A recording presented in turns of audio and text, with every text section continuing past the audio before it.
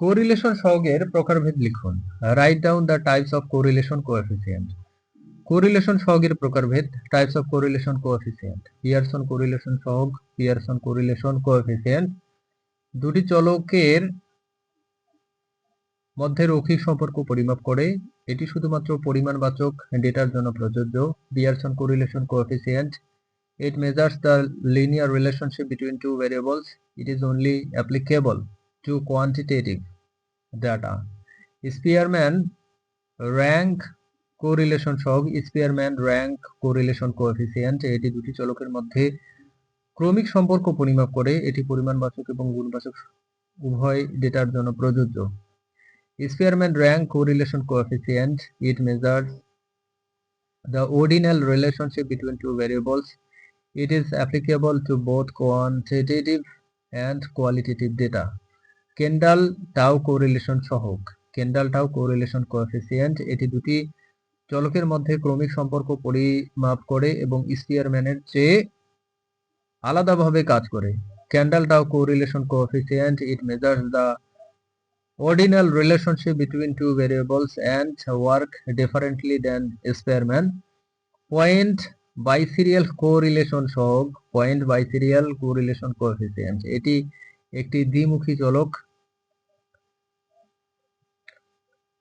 ডিকোথমাস variable এবং একটি পরিমাণবাচক চলকের মধ্যে সম্পর্ক পরিমাপ করে। Point biserial correlation coefficient, it measures the relationship between a dichotomous variable and a quantitative variable.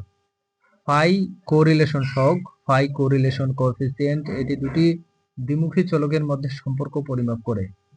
Phi correlation coefficient, it measures the relationship between two dichotomous variables. এই বিভিন্ন প্রকার কোরিলেশন সহগ বিভিন্ন ধরনের ডেটা এবং সম্পর্কের জন্য ব্যবহৃত হয়।